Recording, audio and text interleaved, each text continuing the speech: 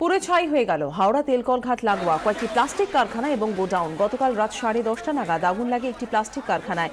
খবর পেয়ে ছুটে যায় দমকলের 7টি ইঞ্জিন, কিন্তু উত্তরে হাওয়ায় ততক্ষণে ছড়িয়ে পড়তে শুরু করেছে আগুন। আশপাশের বেশ কয়েকটি প্লাস্টিক কারখানা এবং গোডাউনকে দ্রুত গিলে ফেলতে শুরু করে আগুন। পরিস্থিতি বুঝে মোতায়েন করা হয় দমকলের 18টি ইঞ্জিন। প্রায় 4 ঘন্টার চেষ্টায় নিয়ন্ত্রণে আসে আগুন। একের পর এক অগ্নিকাণ্ডের ঘটনা, তাহলে কি কার্যত যুতগৃহে পরিণত হচ্ছে হাওড়ার একাধিক এলাকা? গতকালের আগুন লাগার পর এই প্রশ্নটা তুলে দিলেন স্বয়ং দমকল মন্ত্রী। ব্যাঙে ছাতার মতো গজিয়ে ওঠা কারখানাগুলোর আগুন নেভানোর আদৌ কোনো পরিকাঠামো রয়েছে কিনা তা অবিলম্বে খতিয়ে দেখা হবে বললেন শোভন চট্টোপাধ্যায়। একই সুর শোনা গেল হাওড়ার মেয়র রথীন চক্রবর্তীর গলাতেও।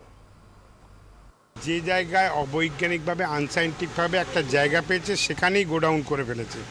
এত বড় বড় গোডাউন বা এইরকম ধরনের মানে যৌতুগৃহর মতন যে সমস্ত জিনিস পরে আগুন ছড়াতে পারে সেই দাহ্য পদার্থও এখানে যেভাবে জড়ো করা হয়েছে, তারা কতটুকুনি নিজেদের আগুন নেওয়ার ব্যবস্থা রেখেছে এটা নিশ্চয়ই সন্দেহের অবকাশ থাকতেই পারে।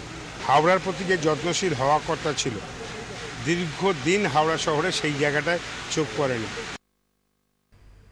এটা দীর্ঘদিন ধরে এখানেতে প্রায় 30-40 বছর ধরে নানা রকম আনরুলি কনস্ট্রাকশন রয়েছে এবং ইনঅ্যাক্সেসেবল সমস্ত এরিয়া রয়েছে এবং বহু জায়গায় আবার অ্যাবান্ডান্ট এরিয়া রয়েছে।